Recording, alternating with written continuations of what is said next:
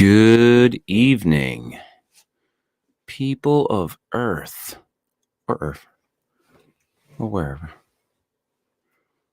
How are we all doing? I've had a few complaints about the bonfire sound effect, so I'm gonna nix it for a little bit, and I'm going to allow people to comment, and whether or not you guys like it or not, with or without. You can feel free to go to the YouTube channel, youtube.com/the Fortean slip. You can leave your comments on the live link there. Those of you that listen to like the podcast or whatever. I'm still not able to live broadcast to Facebook again.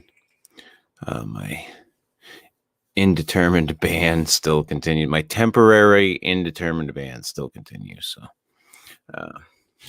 but anyway, tonight I will be reading H.P. Lovecraft's The Strange High House in the Mist. I'll be getting into that momentarily.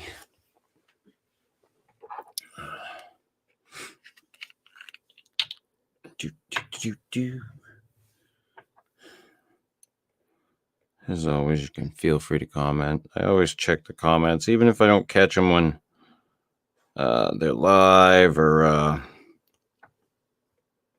if you guys post after the fact. I always notice them, so. Ah, my nose. Don't want to sneeze.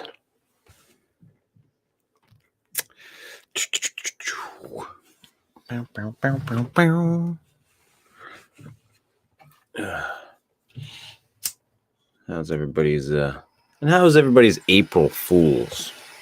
Didn't see a lot of April Fools shit today, well, at work or in general.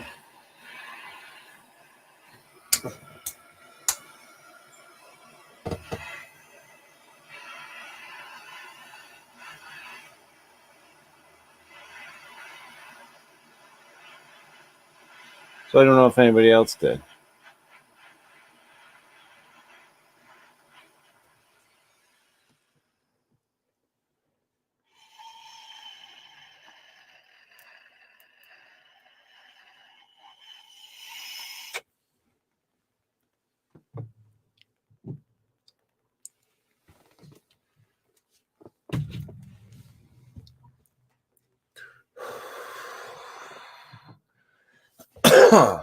All right.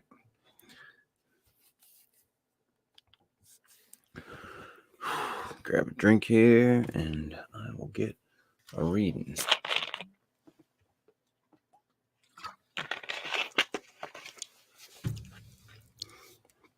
The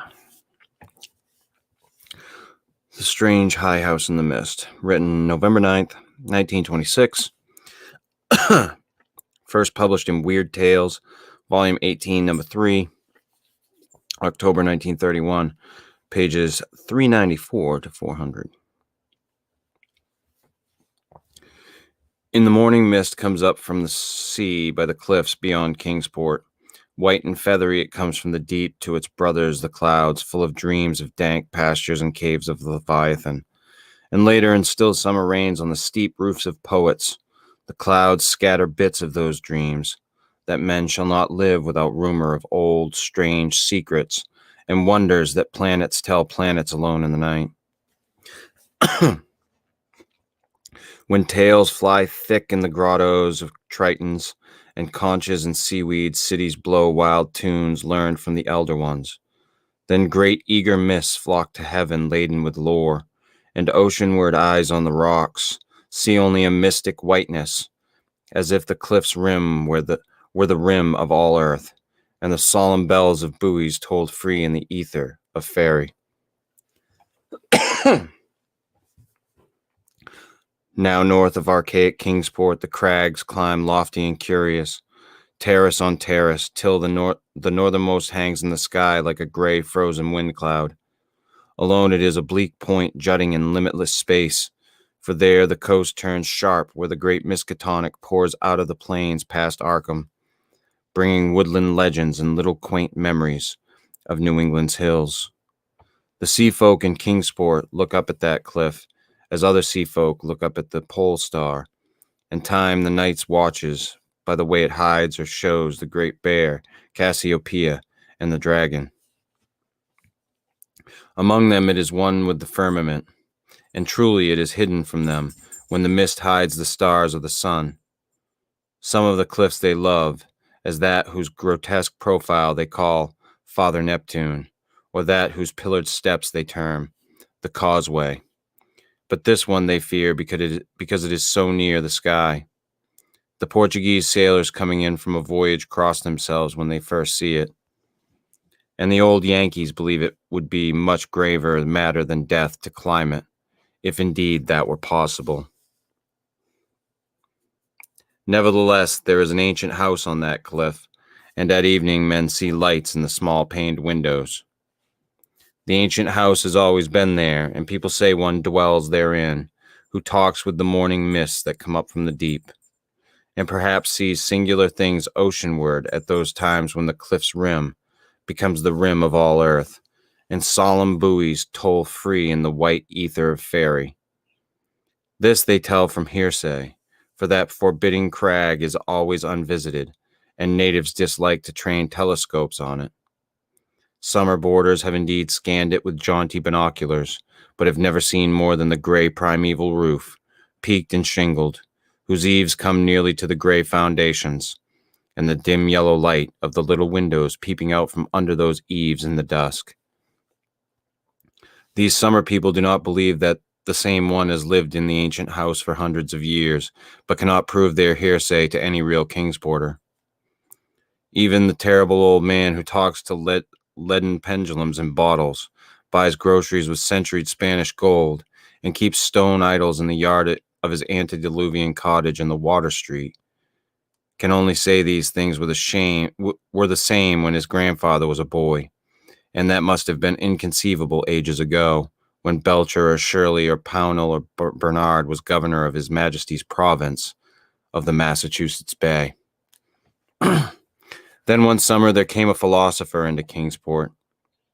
His name was Thomas Olney, and he taught ponderous things in a college by Narragansett Bay.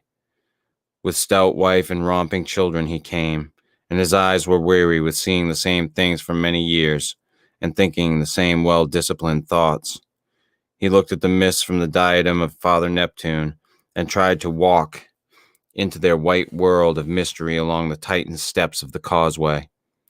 Morning after morning he would lie on the cliffs and look over the world's rim at the cryptical ether beyond, listening to the spectral bells and the wild cries of what might have been gulls.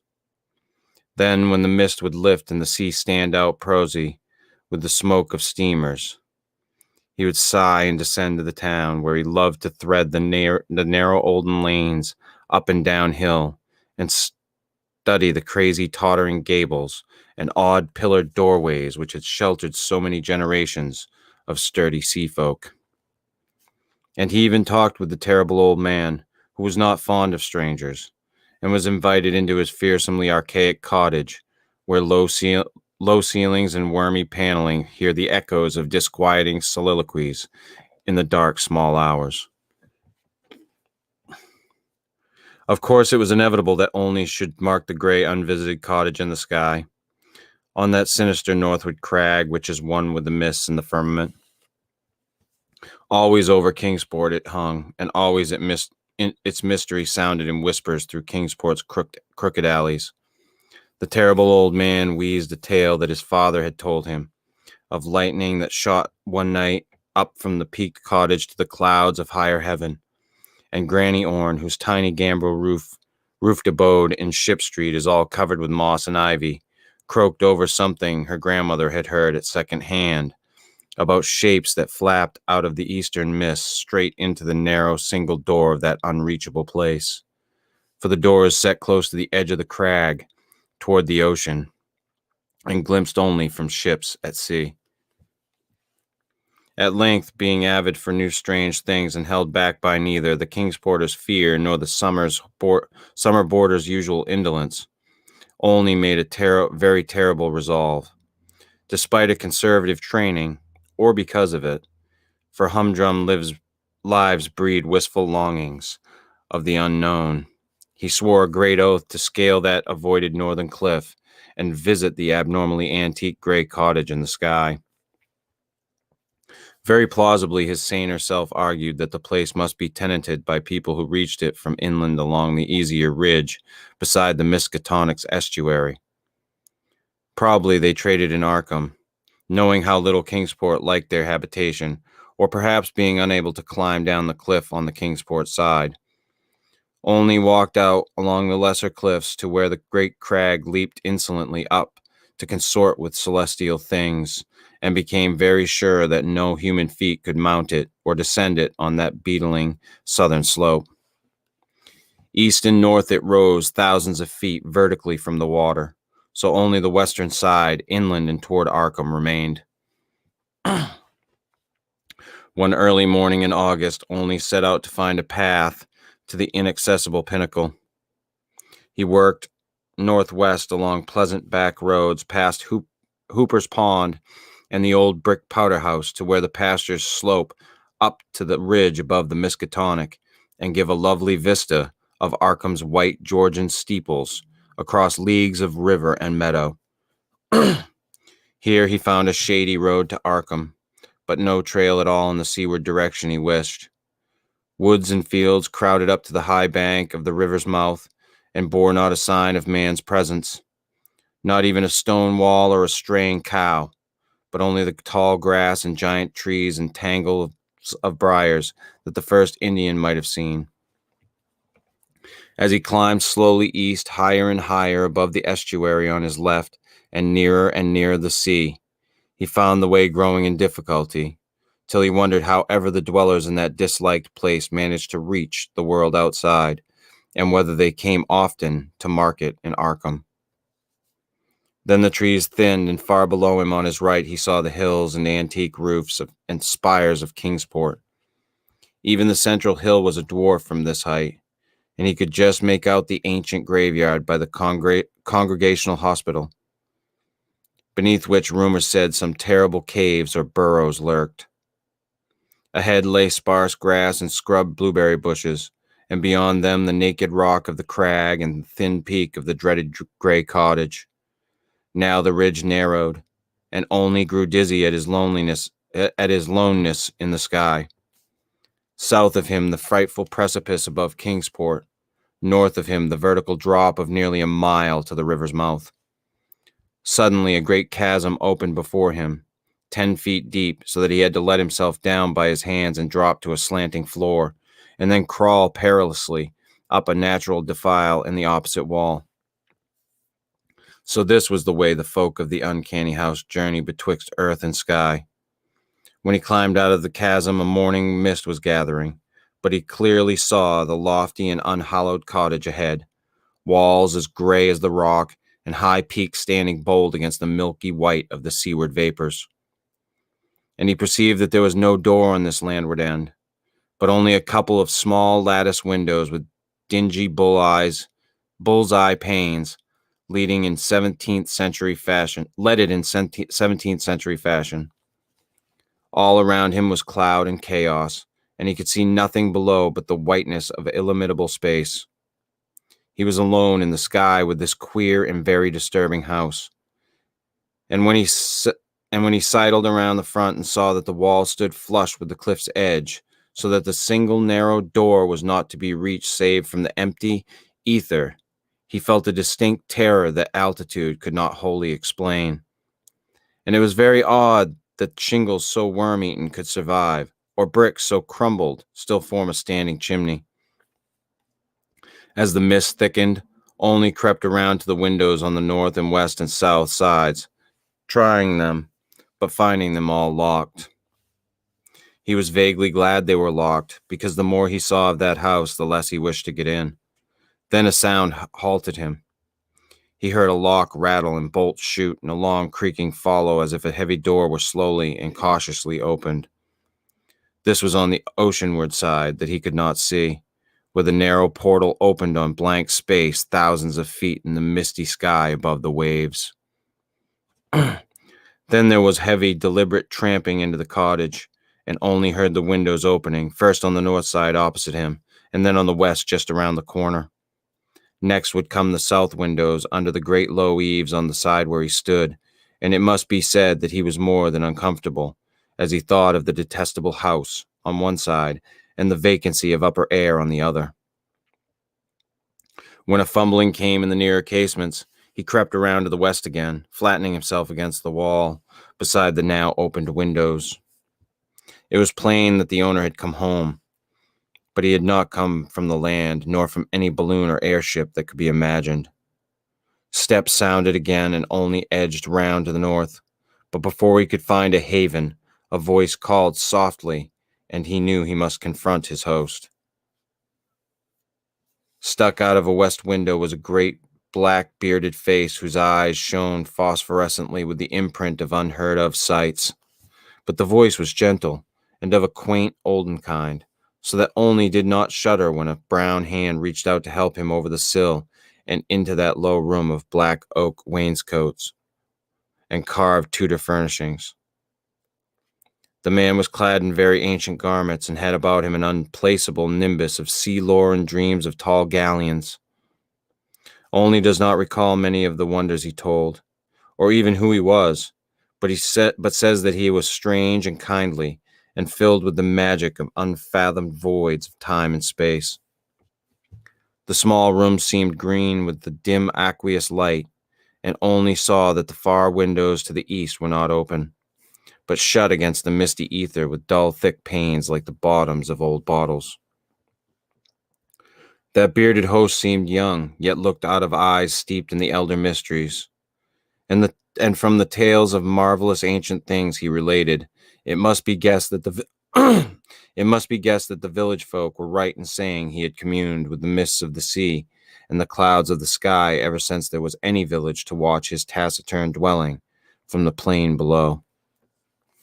And the day wore on, and still only listened to rumors of old times and far places, and heard how the kings of Atlantis fought with the slippery blasphemies that wriggled out of the rifts in the ocean's floor, and how the pillared and weedy temple of Poseidonus is still glimpsed at midnight by lost ships, who know by its sight that they are lost.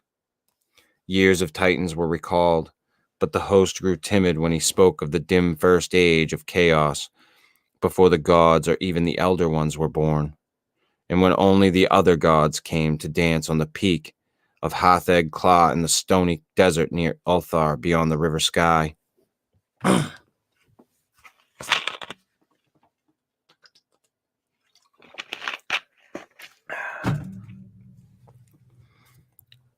It was at this point that there came a knocking on the door. That ancient door of nail-studded oak, beyond which lay only the abyss of white cloud. Olney started in fright, but the bearded man motioned him to be still, and tiptoed to the door to look out through a very small peephole. What he saw he did not like, so he pressed his fingers to his lips, and tiptoed around to shut and lock all the windows before returning to the ancient settle beside his guest. Then only saw lingering against the translucent squares of each of the little dim windows in succession a queer black outline as the caller moved inquisitively about before leaving. And he was glad his host had not answered the knocking. For there are strange objects in the great abyss, and the seeker of dreams must take care not to stir up or meet the wrong ones. Then the shadows began to gather, first little furtive ones under the table, and then bolder ones in the dark paneled corners. And the bearded man made enigmatical gestures of prayer and lit tall candles and curiously wrought brass candlesticks. Frequently he would glance at the door as if he expected someone, and at length his glance seemed answered by a singular rapping which must have followed some very ancient and secret code. This time he did not even glance through the peephole, but swung the great oak bar and shot the bolt, unlatching the heavy door and flinging it wide to the stars in the mist. And then to the sound of obscure harmonies, there floated into that room from the deep all the dreams and memories of Earth's sunken mighty ones. And golden flames played about weedy locks, so that only was dazzled as he did them homage.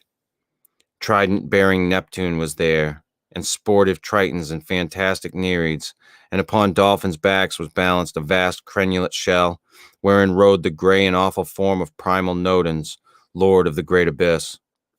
And the conches of the Tritons gave weird blasts, and the Nereids made strange sounds by striking on the grotesque resonant shells of unknown lurkers in black sea caves. Then the hoary Nodens reached forth a wizened hand and helped only in his host into the vast shell, whereat the conches and the gongs set up a wild and awesome clamor, and out into the limitless ether reeled that fabulous train, the noise of whose shouting was lost in the echoes of thunder. All night in Kingsport they watched that lofty cliff, when the storm and the mist gave them glimpses of it. And when toward the small hours the little dim windows went dark, they whispered of dread and disaster. And only his children and stout wife prayed to the bland, proper God of Baptists, and hoped that the traveler would borrow an umbrella and rubbers unless the rain stopped by morning.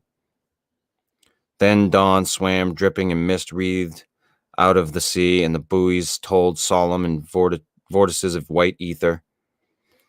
And at noon elfin horns rang over the oceans as only, dry and light-footed, climbed down from the cliffs to antique Kingsport, with the look of far places in his eyes. He could not recall what he had dreamed in the sky-perched hut of that still nameless hermit, or say how he had crept down that crag untraversed by other feet. Nor could he talk of these matters at all save with the terrible old man, who afterward mumbled queer things in his long white beard, vowing that the man who came down from that crag was not wholly the man who went up, and that somewhere under that gray peaked roof, or amidst inconceivable reaches of that sinister white mist, there lingered still the lost spirit of him who was Thomas Olney. And ever since that hour, through dull, dragging years of grayness and weariness, the philosopher has labored and eaten and slept and done uncomplaining the suitable deeds of a citizen. Not any more does he long for the magic of farther hills, or sigh for the secrets that peer like green reefs from a bottomless sea.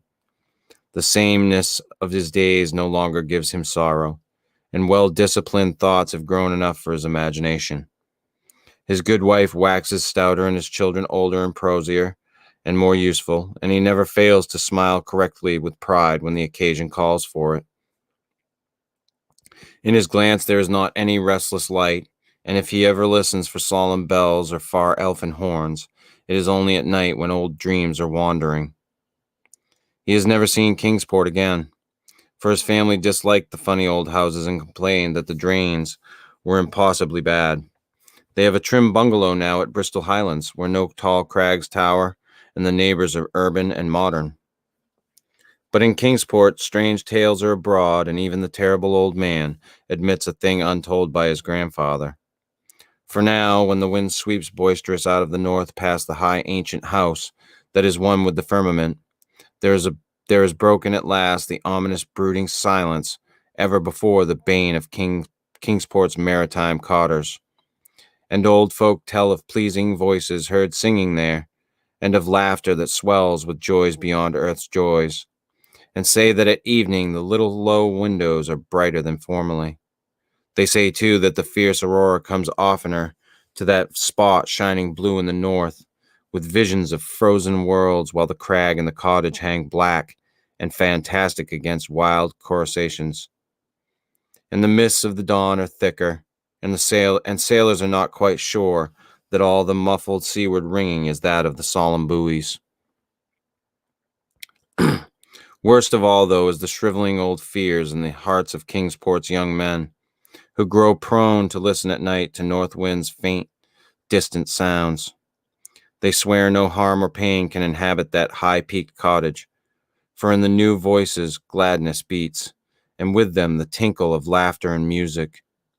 What tales the sea mist may bring to that haunted and northernmost pinnacle, they do not know, but they long to extract some hint of the wonders that knock at the cliff yawning door when clouds are thickest. And patriarchs dread lest some day, one by one, they seek out that inaccessible peak in the sky and learn what centuried secrets hide beneath the steep shingled roof, which is part of the rocks and the stars and the ancient fears of Kingsport. That those venturesome youths will come back, they do not doubt, but they think a light may be gone from their eyes and a will from their hearts, and they do not wish quaint Kingsport with its climbing lanes and archaic gables to drag listless down the years, while voice by voice the laughing chorus grows stronger and wilder in that unknown and terrible eyrie where mists and the dreams of mists stop to rest on their way from the sea to the skies. They do not wish the souls of their young men to leave the pleasant hearths and gambrel roofed taverns of old Kingsport. Nor do they wish the laughter and song in that high rocky place to grow louder. For as the voice which has come has brought fresh mists from the sea, and then from the north fresh lights, so do they say that still other voices will bring more mists and more lights, till perhaps the olden gods, whose existence they hint only in whispers for fear that congregational parsons shall hear, may come out of the deep and from unknown Cadath in the cold waste and make their dwelling on that evilly appropriate crag so close to the gentle hills and valleys of quiet simple fisherfolk.